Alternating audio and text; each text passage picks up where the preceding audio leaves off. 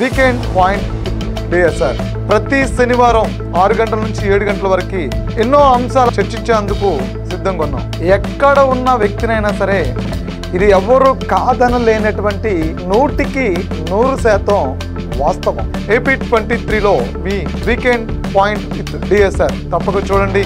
Complete రాష్ట్రంలో, దేశంలో, ప్రపంచంలో జరుగుతున్న ఎన్నో అంశాల గురించి సుదీర్ఘంగా గంట పాటు సమాచారాన్ని మీకు అందించడమే DSR weekend point.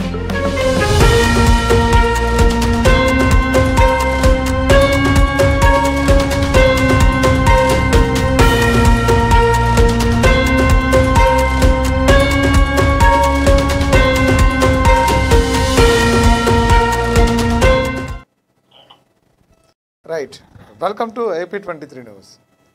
DSR weekend టాపిక్కి స్వాగతం.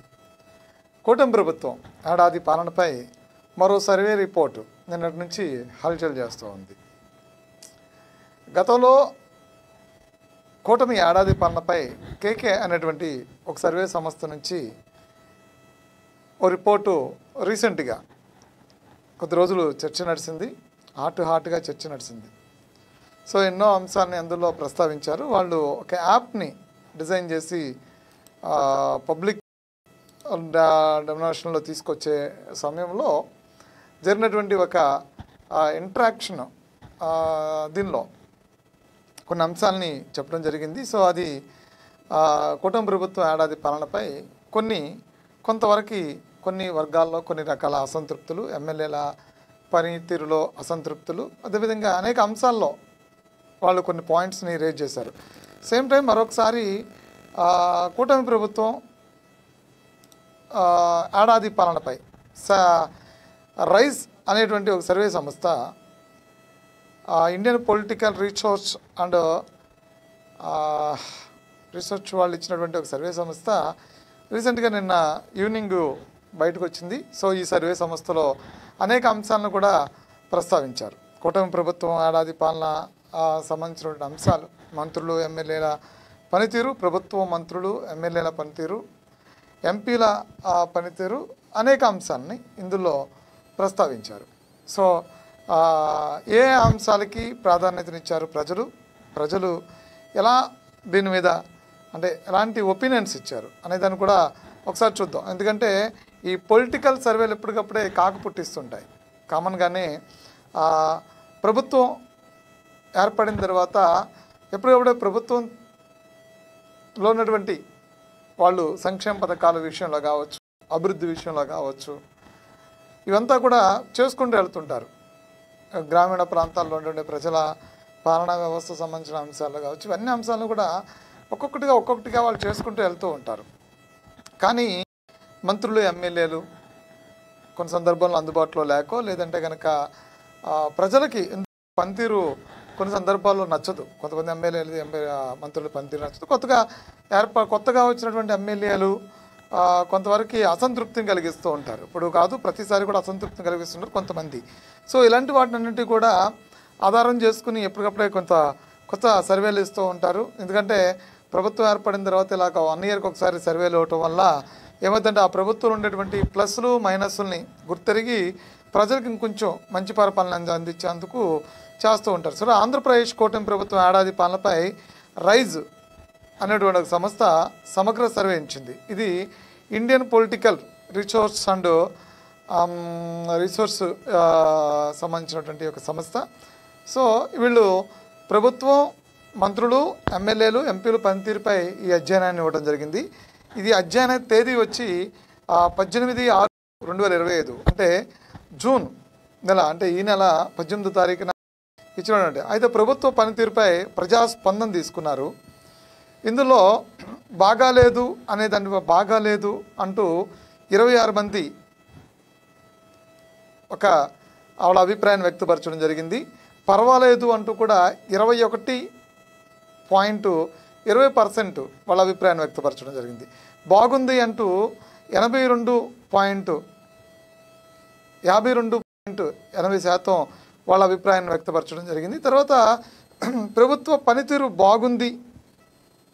పనితీరు అనే దాని మీద చెప్పలేమనే దాని మీద 11% మంది తమ అభిప్రాయం చెప్తే కూటమి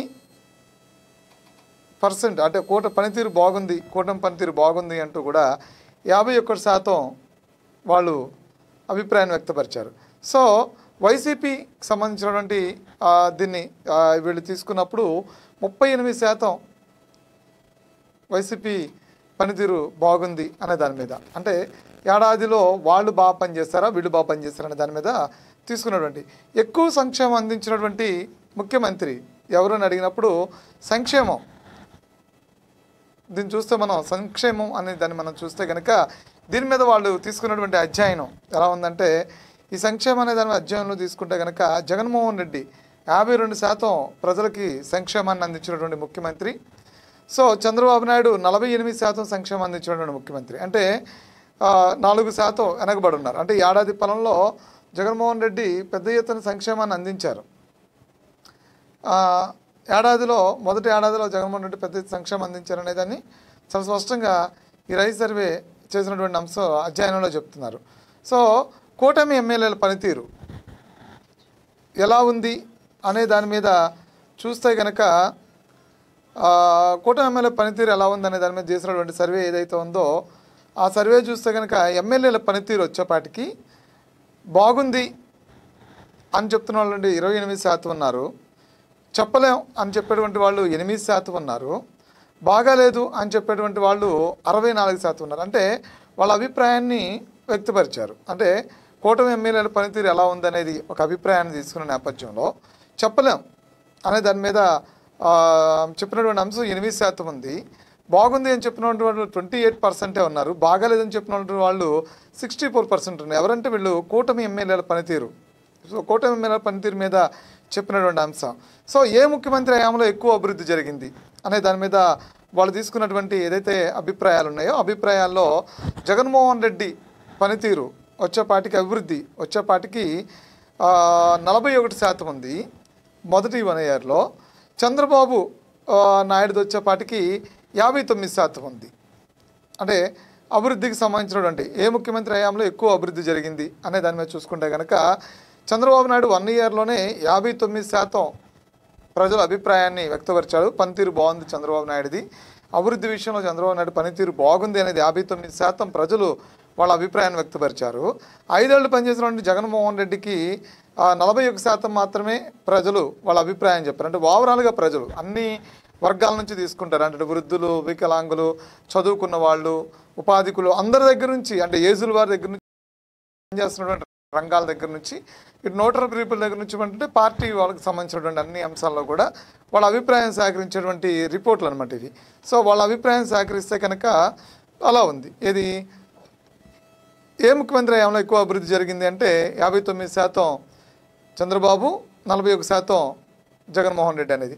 సో అమరావతి అభివృద్ధిపై మీ అభిప్రాయం ఏమిటి అని అడిగినప్పుడు కొంతమంది అమరావతి అభివృద్ధిపై రాజధాని అభివృద్ధి చెందాలి అనేటువంటి వాళ్ళు 22% చెప్తే అమరావతి అభివృద్ధిపై ఎక్కువ దృష్టి పెడుతున్నారనే దాని మీద 78% ప్రజలు వాళ్ళ అభిప్రాయం చెప్పారు. అంటే అభివృద్ధి చెందాలి అని చెప్తున్నటువంటి వాళ్ళు 22% అంటే అమరావతి అభివృద్ధిపై ఎక్కువ దృష్టి పెడుతున్నారు అనే దాని మీద 78% తమ అభిప్రాయాన్ని వ్యక్తపరిచారు. సో ఇది మంచి అభిప్రాయంగా చెప్పొచ్చు. అంటే ఇప్పుడు అమరావతి మీద నడుస్తున్నటువంటి డిఫరెంట్ చర్చ నిన్నగాక మొన్న కూడా మనం చూసాము. అమరావతి ప్రాంతాన్ని, ఆ చుట్టుపక్కల పరిసర ప్రాంతాలని, రాజధాని ప్రాంతాన్ని కూడా ఓవరాల్గా అబ్యూస్ చేస్తూ కూడా ఒక ఇద్దరు మాట్లాడినటువంటి పరిస్థితి మనం చూసాం. కాబట్టి సో అమరావతి అభివృద్ధిపై ఎక్కువ దృష్టి పెడుతున్నారనే దాని మీద 78% ప్రజలు వాళ్ళ అభిప్రాయాన్ని వ్యక్తపరిచారు.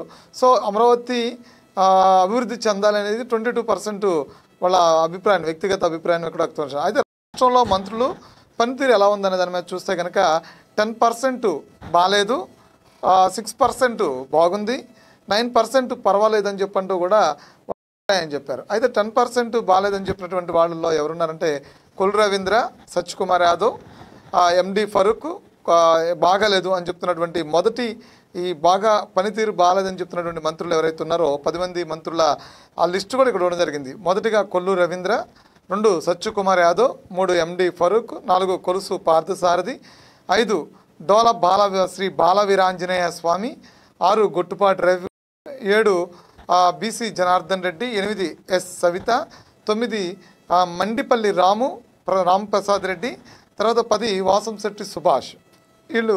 వీళ్ళ పనితీరు బాగా లేదు, అంటే రాష్ట్ర మంత్రుల పనితీరు బాగాలేదు, ఎలా ఉంది అనే దాని మీద 10 మంది మంత్రుల అభిప్రాయాన్ని మాత్రం తీసుకున్నారు. ఇక్కడ ప్రజల దగ్గర నుంచి శాంపిల్స్ తీసుకుంటే ఆ శాంపిల్స్లో 10 మంది మంత్రుల పనితీరు బాగాలేదు, అందులో ఈ 10 మంది పేర్లు ఇప్పుడు నేను చెప్పిన పేర్లే. తర్వాత బాగుంది అని చెప్తున్నటువంటి ఒక 6 పేర్లు కూడా ఇక్కడ ఉంది. ఒక 6 పేర్లు బాగుందని చెప్పన్నారు. చంద్రబాబు నాయుడు, 2 కొణిదెల పవన్ కళ్యాణ్, 3 నారా లోకేష్, 4 పుంగూరు నారాయణ, 5 నిమ్మల రామానాయుడు, 6 పయ్యావుల కేశవ్. వీళ్ళ పనితీరు బాగుంది అని చెప్పనేది శాంపుల్స్, అంటే వాళ్ళు కలెక్ట్ చేసినట్టు శాంపుల్స్లో వీళ్ళ పనితీరు బాగుంది అనేది వాళ్ళ అభిప్రాయాలు చెప్పారు. అంటే ఇది కూడా ఎవరి మడితే వాళ్ళ దగ్గర నుంచి శాంపుల్స్ తీసుకోవడానికి సాధ్యపడదు. మ్యాక్సిమము ఆ రాష్ట్ర పరిస్థితి, మంత్రులు ఆ శాఖలో వాళ్ళ అవగాహన ఉన్నది, రాష్ట్రం ఉన్నటువంటి పరిస్థితుల్లో ఆ శాఖలో వాళ్ళు ఎలా రాణించగలుగుతారంటే దాని మీద పూర్తిగా తీసుకునేటువంటి ఒక నివేదిక. అంటే శాంపుల్స్ ఎలా పడితే అలా తీసుకొచ్చి ఇష్టానుసారంగా ప్రచారం చేసుకుంటూ పోతే అది రేపొద్దున సమస్యలు ఎదురేటువంటి అవకాశం ఎక్కువ ఉంటుంది. సో పర్వాలేదు అనిపిస్తున్నటువంటి 9 మంది మంత్రులు ఉన్నారు. కొండపల్లి శ్రీనివాస్, టీజీ భరత్, గుమ్మడి సంధ్యారాణి, కందుల దుర్గేష్, అనగాని సత్యప్రసాద్, వంగలపూడి అనిత, నాదెండ్ల మనోహర్, కింజరపు అచ్చెన్నాయుడు, ఆనో రామనారాయణ రెడ్డి. వీళ్ళు 9 మంది పనితీరు పర్లేదు అని చెప్పంటూ కూడా వాళ్ళ అభిప్రాయాన్ని వ్యక్తపరిచారు. అయితే రాష్ట్ర మంత్రుల పనితీరు ఎలా ఉందనే దాని మీద వాళ్ళ అభిప్రాయాన్ని వ్యక్తపరిచారు. సో ప్రభుత్వంపై అసంతృప్తికి 9 కారణాలు అనే దాని మీద కూడా వీళ్ళు ఒక నివేదికను ఇవ్వడం జరిగింది. సో వాళ్ళ అభిప్రాయాన్ని మనం చూస్తే కనుక, ప్రజలు ఉన్నటువంటి అభిప్రాయాలను వీళ్ళు తీసుకొస్తే కనుక, అమరావతి 2వ విడత భూసేకరణ, ఎందుకంటే ఇది మేము గతంలో కూడా చెప్పాం, నేల బిడ్స్ సాము చేయడం అనేది దాని మీద గతంలో కూడా అనేక సందర్భాల్లో చెప్పాను. నేల బిడ్స్ సాము చేయడం అన్నట్టు, అంటే అమరావతి భూసేకరణ 2.0 అంటే అది నేల బిడ్స్ సాము చేయడమే. అంటే ప్రస్తుతం దీన్ని డెవలప్ చేయాలి, డెవలప్ చేసిన తర్వాత ఇక ముందుకెళ్లాల్సిన అయితే ఉంది. కానీ అలా కాకుండా వీళ్ళు దీన్ని తీసుకుంటే కనుక, అంటే ఇలా తీసుకుంటే కనుక ఇప్పుడు సాధ్యపడదు. అంటే ఇప్పుడు ఇలా ముందుకు తీసుకెళ్ళాలి అంటే కనుక, అంటే ఇప్పుడు భూమి, అంటే ఇప్పుడు తీసుకున్నటువంటి భూమికి సంబంధించినటువంటి పూర్తి కట్టడాలు పూర్తి అవ్వకుండా మిగులు కట్టడాలు పూర్తి చేసిన తర్వాత ఫర్దర్గా వెళితే బాగుంటుందనేది చాలామంది అభిప్రాయం. అలా కాకుండా మళ్ళీ ఒకసారి అమరావతి 2.0 కింద భూసేకరణ కోసం కనుక, అంటే ల్యాండ్ పూలింగ్ కనుక వెళితే కనుక కొంత అసంతృప్తి వెలువడే పరిస్థితి ఉంది. సో అమరావతి 2వ విడత భూసేకరణ అనే దాని మీద కొంత అసంతృప్తి ఉందనే దాని మీద వాళ్ళు ఆ అసంతృప్తిని వ్యక్తపరుస్తున్నారు. ప్రజల అసంతృప్తి ఉంది అనే దాని మీద ఈ ఒక అంశాన్ని చెప్పారు. తర్వాత ఆ కక్ష సాధింపులో వైసీపీతో పాటు పోటీ, ఎందుకంటే రీసెంట్గా వైసీపీ చేస్తున్నటువంటి ప్రచారం ఏదైతే ఉందో ఆ ప్రచారం సాధారణ ప్రజలకి, అంటే కేసులు గందరగోళాలు ఇవన్నీ కూడా కేసులు గందరగోళాలు ఇవన్నీ కనుక మనం చూస్తే కనుక వీటి మీద ప్రజలు తీసుకున్న అభిప్రాయాల్లో కొద్దిమంది దీనికి కక్ష సాధింపులో వైసీపీతో పోటీ పడుతుంది ఆ కూటమి ప్రభుత్వం అనే దాని మీద కూడా అసంతృప్తికి 9 కారణాల్లో కూడా ఒక కారణంగా చెప్తున్నారు. తర్వాత ఆక్వా రైతుల కష్టాలు, సాధారణ రైతుల ఇబ్బందులు అనే దాని మీద కూడా వాళ్ళు కొంత ఒక నివేదికను ఇవ్వడం కూడా జరిగింది.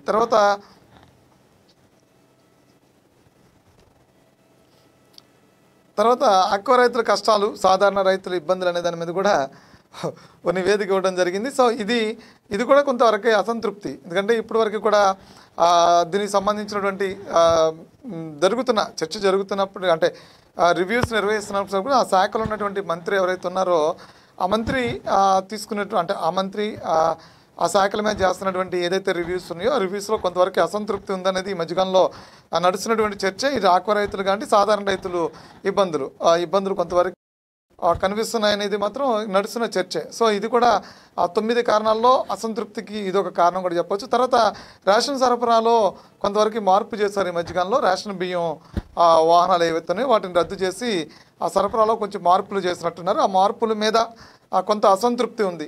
అంటే ఇది మెజారిటీ పీపుల్ అసంతృప్త, లేదంటే కొంతమంది ప్రజల్లో అసంతృప్తి ఉంది అనేది, అసంతృప్తి ఉన్నటువంటి అంశాలు ఇవంతే. ఇవి మెజారిటీ పీపుల్ అని కాదు చెప్పలేం. ప్రతిదీ కూడా అసంతృప్తి వ్యక్తమవుతున్నారు. అంటే కూటమి ప్రభుత్వంలో అసంతృప్తి వ్యక్తమవుతున్నటువంటి అంశాలు ఏవైతున్నాయో ఆ అంశాలు మాత్రం ఇక్కడ ప్రస్తావిస్తున్నాము. సో వాళ్ళు ఇచ్చినటువంటి నివేదిక కూడా అదే, అసంతృప్తికి సంబంధించినటువంటి కొన్ని అసంతృప్తి ఉన్నటువంటి కారణాలు. తర్వాత హెచ్చుమీరినటువంటి ఎమ్మెల్యేల అవినీతి. ఇది జనరల్గా కొన్ని పత్రికలు కూడా ఈ మధ్యకాలంలో పెద్ద పెద్ద హెడ్డింగ్స్ పెట్టి రాస్తూ ఉన్నాయి. అవినీతి సహజ వనరుల విషయంలో కూటమి ప్రభుత్వం కొంచెం సీరియస్గా ఉండాలి, చంద్రబాబు నాయుడు కొంచెం సీరియస్గా ఉండాలి, ఎమ్మెల్యేల అవినీతి కొంచెం పెరుగుతుందని కొన్ని సందర్భాల్లో మేము కూడా చెప్పాం. కొన్ని సందర్భాల్లో ఇలాగా ఎమ్మెల్యేల మీద ఎలిగేషన్స్ ఎక్కువ అవుతున్నాయి. ఈ పరిస్థితుల్లో ప్రజల్లో కొంత అసంతృప్తి వెలువడే అవకాశం ఉందని కూడా చెప్తూ ఉన్నాము. సో ఇక్కడ హెచ్చుమీరినటువంటి ఎమ్మెల్యేల అవినీతి అనేది కూడా వాళ్ళు ఒక నివేదిక ఇవ్వడం జరిగింది. తర్వాత విద్యుత్ ఛార్జీలు, ఈ రంగ కార్మికులకు ఇచ్చినటువంటి హామీలు బుట్టదాకులు. అంటే ఈ మధ్యకాలంలో మనం ఎన్నికల అప్పుడు కూటమి ప్రభుత్వం ఇచ్చినటువంటి అంశాల్లో ఒకటి ఉంది విద్యుత్ ఛార్జీలు. తర్వాత ఈ రంగ కార్మికులకి ఇచ్చినటువంటి హామీ ఏదైతే ఉందో దాన్ని కొద్దిగా మరొకసారి కూటమి ప్రభుత్వం పరిశీలించాల్సిన ఆవశ్యకత అయితే ఉంది. సో అది కూడా అసంతృప్తికి సంబంధించినటువంటి 9 అంశాల్లో ఇది కూడా ఒక అంశంగా చెప్తున్నారు. తర్వాత నామినేటెడ్ పోస్టుల భర్తీ విధానంలో ఇది చర్చ నడిచింది పెద్ద ఎత్తున. ఇంటర్నల్గా పార్టీలో కూడా చర్చ నడిచింది. అంటే ప్రభుత్వం ఉంటుంది, తర్వాత ఇటు బీజేపీ, జనసేన, ఇటు కూటమి ప్రభుత్వం 3 కూడా సమానంగా వాటిని తీసుకోవాల్సినటువంటి పరిస్థితి ఉంది. ఆ నేపథ్యంలో ఎక్కువ కష్టపడిన వాళ్ళకి పదవులు రాలేదనే దాని మీద, నోట్ల వాయిస్ ఉన్న వాళ్ళకి కొంచెం పదవులు రాలేదనే దాని మీద, కొద్దిగా ఎక్కువ పార్టీ కోసం 5 ఏళ్ళు కష్టపడిన వాళ్ళు, కొంతమంది ఎక్కువ ఫైనాన్షియల్గా నష్టపోయిన వాళ్ళు, ఖర్చు పెట్టిన వాళ్ళు కూడా కొన్ని పదవులు రాలేదనేది అసంతృప్తి ఈరోజు పార్టీలో ఎన్నరకు నడుస్తుంది. అది 3 పార్టీల్లోనూ ఉంది, పార్టీలను కాదు 3 పార్టీల్లోనూ కూడా అసమానంగా నడుస్తుంది. అయితే గ్రామీణ కొనుగోలు శక్తి క్షీణితం అయిందనే దాని మీద ఈ మధ్యకాలంలో చర్చ నడుస్తుంది. దాని మీద ముఖ్యమంత్రి రివ్యూస్ కూడా చేస్తూ ఉన్నారు. రీసెంట్గా రివ్యూస్ చేస్తూ వస్తున్నారు. గత 2 రోజుల కిందట కూడా రివ్యూస్ చేశారు. గ్రామీణ కొనుగోలు శక్తి క్షీణితం అవుతుందనే దాని మీద రివ్యూస్ కూడా చేస్తూ వస్తున్నారు. సో కాబట్టి దీన్ని బెటర్మెంట్ తీసుకెళ్ళే పరిస్థితి ఉంది. కొంత ఈ అసంతృప్తి తగ్గేటువంటి అవకాశం ఉంటుంది. తర్వాత సెటిల్మెంట్లు, ఇసుక దందా, లిక్కరు, పర్సంటేజీలు. ఇది కూటమి ప్రభుత్వం ఏర్పడిన తర్వాత ఏదైతే ఈ టెండర్లో పిలిచారో, లాటరీ విధానం ఎప్పుడైతే తీసుకొచ్చారో అప్పటి నుంచి కూడా ఈ చర్చ దావాలా నడుస్తూనే ఉంది. ప్రతిరోజు ఇది వార్తల్లోనే ఉంటున్నది. ఎమ్మెల్యేల పర్సంటేజ్ గురించి ప్రతిరోజు చర్చ నడుస్తూనే ఉంది. సో ఈ అంశంలో ముఖ్యమంత్రి కొంచెం సీరియస్గా తీసుకోవాలి. గతంలో కూడా కొన్ని వార్నింగ్లు ఇచ్చారు. తర్వాత ఎప్పటికప్పుడే మీ నివేదికలు తెప్పిస్తున్నాం అని చెప్పని కూడా చెప్పారు. ఇప్పటికే IVRS కాల్స్ ద్వారా ఆ డేటా కలెక్ట్ చేస్తున్నారు. స్థానిక నియోజకవర్గ ప్రజల దగ్గర నుంచి ఆ డేటా కూడా కలెక్ట్ చేస్తూ ఉన్నారు. తర్వాత దీని మీద వార్నింగ్లు ఇచ్చారు. తర్వాత మొదటిసారి ఎమ్మెల్యేలు జాగ్రత్తగా ఉండాలి, ఎక్కువసార్లు అసెంబ్లీకి రావాలి మీరు అని కూడా చెప్పారు. లేదంటే కనుక తర్వాత యాక్షన్ కూడా తీసుకుంటామన్నారు, మీ మీద సరైన యాక్షన్ తీసుకుంటామన్నారు. సో ఈ విషయం మీద అయితే దృష్టి సారించాలి. ఎందుకంటే సెటిల్మెంట్లు, ఇసుక దందా గత ప్రభుత్వం విధానాల్లో ఈ కీలకం. గత ప్రభుత్వం సెటిల్మెంట్లను ఇసుక దందా, లిక్కరు మీద ఎక్కువ ఫోకస్, ఎక్కువ లిక్కరు, తర్వాత పర్సంటేజీలు. ఇక్కడ పర్సంటేజీలు వాళ్ళు అప్పుడు కల్తీ మద్యం, తర్వాత ప్రజల్ని సామాన్యులు దోచుకున్నటువంటి విధానం, తర్వాత డిజిటల్ పేమెంట్స్ రాకపోవడం, ఇవన్నీ కూడా పెద్ద ఎత్తున మనం చూసాం నష్టం. ఇప్పుడు కూడా లెక్కర్ క్షామం నడుస్తూ ఉంది. కాబట్టి ఈ విషయంలో కూటమి ప్రభుత్వం ఆల్రెడీ చంద్రబాబు నాయుడు అనేక సందర్భాల్లో చెప్తూ వస్తున్నారు. ఎమ్మెల్యేలకి, మంత్రులకి పనితీరు మీద చెప్తున్నారు. ఇప్పటికే నెలకి 2 సార్లు క్యాబినెట్ని నిర్వహిస్తున్నారు. ప్రతి నెల క్యాబినెట్ నిర్వహిస్తున్నారు. పనితీరు మెరుగుపరచుకోవాలని కూడా హెచ్చరికలు జారీ చేస్తున్నారు. సరే మీరు చూడాలి దీని తర్వాత ఎలాంటి నిర్ణయాలు తీసుకుంటారనే దాని మీద. సరే ప్రభుత్వానికి అనుకూల అంశాలు 8 ఉన్నాయి. రోడ్లు మరమ్మతు నిర్మాణం, పెట్టుబడులు అభివృద్ధి, తల్లికి వందనం, రాజధాని అభివృద్ధి, ఉచిత గ్యాస్ సిలిండరు, విద్యార్థులకు జాతీయ నాయకుల పేర్లు పెట్టడాలు, ధాన్యం పొగాకు కొనుగోలు, పంచాయతీ అభివృద్ధి. ఇవి ప్రధానం. ఇది మేజరు వాటర్స్ ఉండేటువంటి అంశాలు ఇవి. ఎందుకంటే మేజర్ వాటర్స్ ఉండేటువంటి అంశాలు ఏవైతే ఉన్నాయో ఈ అంశాలు మేజర్ వాటర్స్. మనం గత 5 ఏళ్లలో చూస్తే రోడ్లు మరమ్మతులు, కొత్త రోడ్ల నిర్మాణం లేకపోవటం, చాలామంది ప్రజలు ఎన్ని రకాల ఇబ్బందులు పడ్డారో మనం చూసాం. సో తర్వాత పెట్టుబడులు అభివృద్ధి అనేది ఉపాధి కోసం మనం ఇప్పుడు తీసుకున్న నిర్ణయాలు. తర్వాత తల్లికి వందనం రీసెంట్గానే ఇచ్చారు. రాజధాని అభివృద్ధి ఆల్రెడీ వేగంగా పరుగులెడుతుంది. 60,000 కోట్ల రూపాయలకు సంబంధించి టెండర్లు ఇప్పటికే ఖరారు చేసినటువంటి పరిస్థితి ఉంది. ఉచిత గ్యాస్ సిలిండర్ ఆల్రెడీ 2 గ్యాస్ సిలిండర్లు అయిపోయి 3వది ఇస్తారనుకుంటా.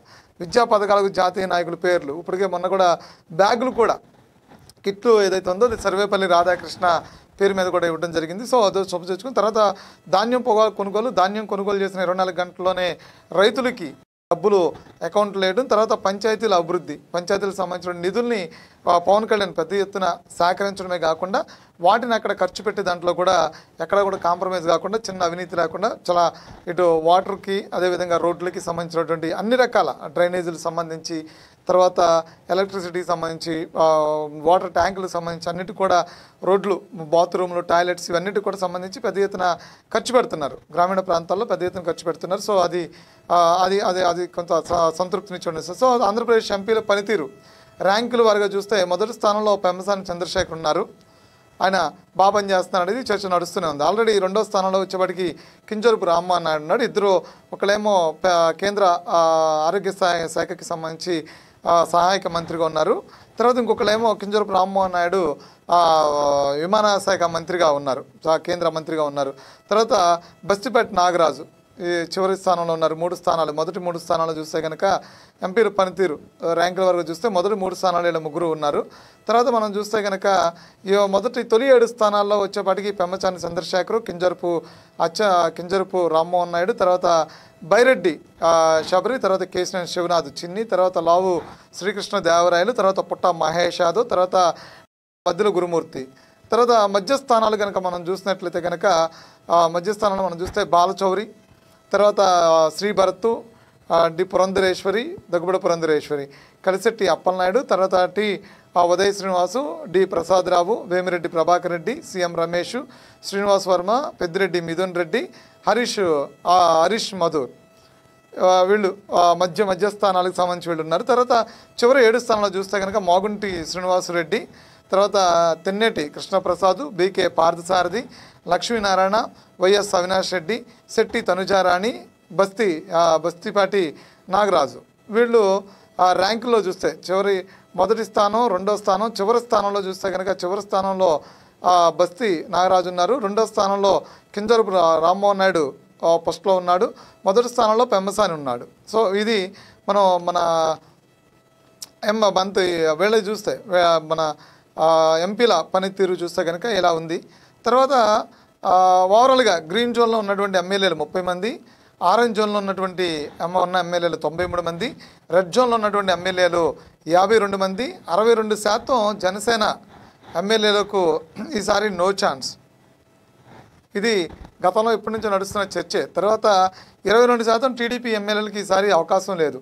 ఇది జరుగుతున్న పరిస్థితి. ఇందులో మనం కనుక కాన్స్టిట్యున్సీల వరకే ఇచ్చారు. కాన్స్టిట్యున్సీ అంటే ఆమదాల వలస నుంచి కున్న రవికుమార్ దగ్గర నుంచి మొదలుకుంటే కనుక చాలామంది, అంటే ఈ ఆరెంజ్ జోన్లో ఉన్నటువంటి వాళ్ళు ఇద్దరు ఉంటే కనుక కాన్స్టిట్యున్సీ మొదట 23 మందిలో 1 2 3 4 5 6 7 మొదటి ముగ్గురు ఆరెంజ్ జోన్ రెడ్ జోన్లో ఉన్నారు.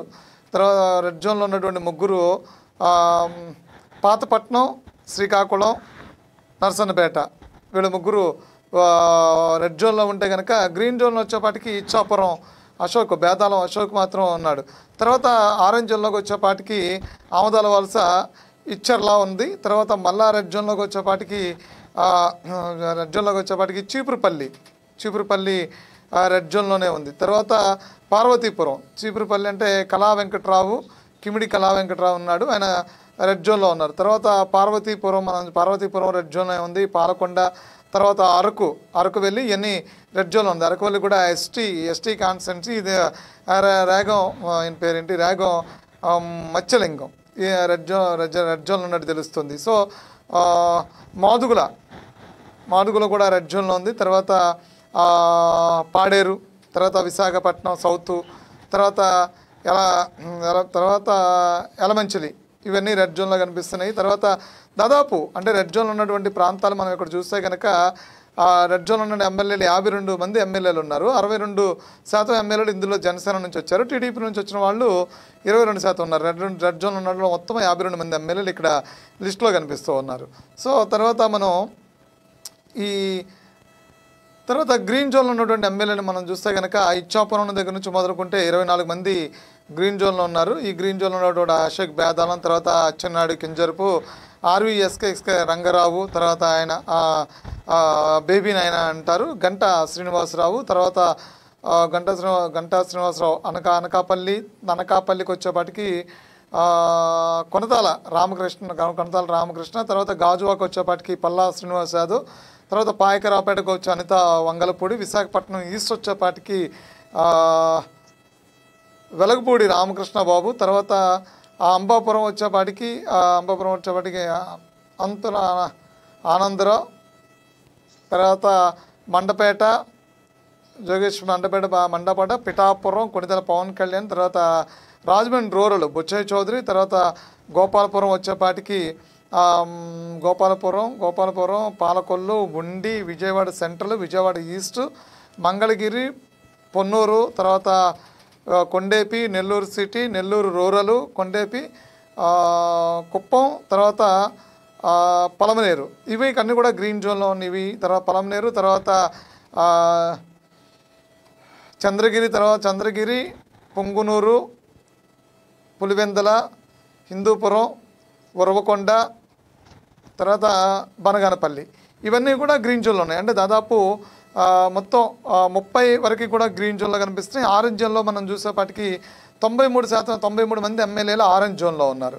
ఈ 93 మంది ఎమ్మెల్యేలు ఆరెంజ్ జోన్లో ఉన్నారు. మళ్ళీ ఇక్కడ మనం చూస్తే కనుక రెడ్ జోన్లో ఉన్నటువంటి నర్సరాపేట, శ్రీకాకుళం, చీపురుపల్లి, పార్వతీపురం, పాతపట్నం, తర్వాత పాలకొండ, అరకు వ్యాలీ, తర్వాత మోదుగా, ఇవన్నీ కూడా మళ్ళా ఇవన్నీ మొత్తం దాదాపు 24 వచ్చి 52 స్థానాలు వచ్చేపాటికి రెడ్ జోన్లో కనిపిస్తున్నాయి ఇక్కడ మనకి. సో ఇవన్నీ కూడా ఇది ఇప్పుడు వరకు ఈ రైస్ అనేటువంటి ఇచ్చినటువంటి సంస్థ. సో ఎంతమంది 52 మంది ఎమ్మెల్యేలు రెడ్ జోన్లో ఉన్నారు. తర్వాత ఆరెంజ్ జోన్లోకి వచ్చేపాటికి 93 మంది ఆరెంజ్ జోన్లో ఉన్నారు.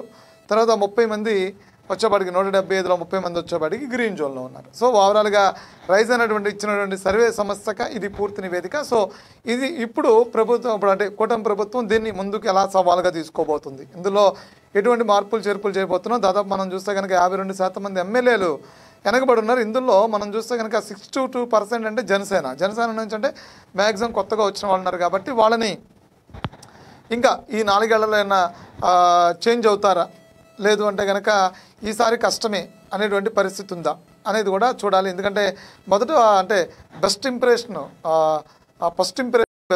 అంటారు. మొదటి 1 ఇయర్ చేసేటువంటి ఇంప్రెషన్ ఏదైతే ఉందో ప్రజల్ని, అదే బెస్ట్ అవుతుంది. సో ఇక్కడ 1 ఇయర్లోనే మరి దాదాపు 62% జనసేన ఎమ్మెల్యేలు వెనకబడి ఉన్నారు అనే దాన్ని బట్టి మనం చూస్తే కనుక 62% జనసేన ఎమ్మెల్యేలకు ఈసారి నో ఛాన్స్ అని చెప్పని ఇక్కడ ఉంది. అంటే కొత్తగా వాళ్ళకి ఇవ్వటమే తప్ప ఇప్పుడున్నటువంటి వాళ్ళకి అవకాశం లేదనేది ఇక్కడ చెప్తుంది. అందులో మళ్ళీ 22% టీడీపీ ఎమ్మెల్యేలు కూడా ఈసారి అవకాశం లేదని తెలుస్తోంది. ఇందులో మనం విజయవాడకి అందుబాటులో చూస్తే, దగ్గరలో చూస్తే పెనంలూరి కూడా కాన్స్టిట్యున్సీ కూడా వెనకబడినట్టు తెలుస్తుంది. అంతేకాకుండా చాలా 22% ఎమ్మెల్యేల పనితీరు మెరుగుపడుతుందా లేదా, 22% అంటే ఇప్పుడున్నటువంటి ఈ శాతం మెరుగుపరుచుకుంటూ ముందుకెళ్తారా, లేదు అంటే కనుక ఇది ఇలాగే కంటిన్యూ అవుతే కనుక వచ్చే టర్మ్లో వీళ్ళెవరికి కూడా కొత్త అవకాశాలు దక్కేటువంటి అవకాశం లేదు. పోతే కూటమి ప్రభుత్వం మొదట మనం చెప్పినటువంటి అంశాలు ఏవైతే ఉన్నాయో, అసంతృప్తులు ఏ అంశాల్లో అసంతృప్తిని వ్యక్తపరుస్తున్నారో అసంతృప్తి సంబంధించినటువంటి అధ్యయనం చేసి దానిలో మార్పులు చేర్పులు చేస్తారు.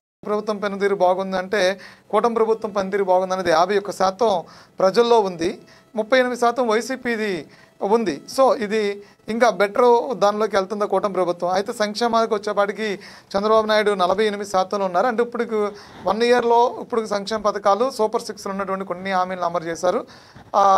తల్లికి వందనంతో పాటు కలిసి ఇంకొన్ని ఇటు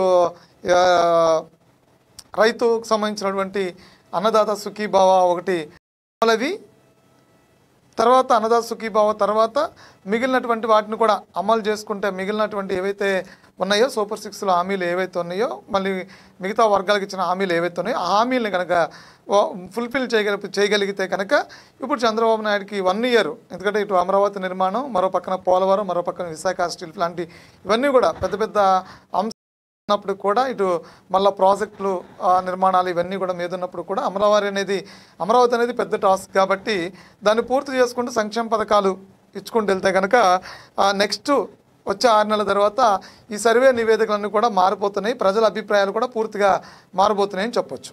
ఇది ఓవరాల్గా మనం చూస్తే కనుక ఆంధ్రప్రదేశ్ కూటమి ప్రభుత్వం ఏడాది పాలనపై రైజ్ అనేటువంటి ఒక సంస్థ ఇచ్చినటువంటి సమగ్ర సర్వే రిపోర్టు. Thank you.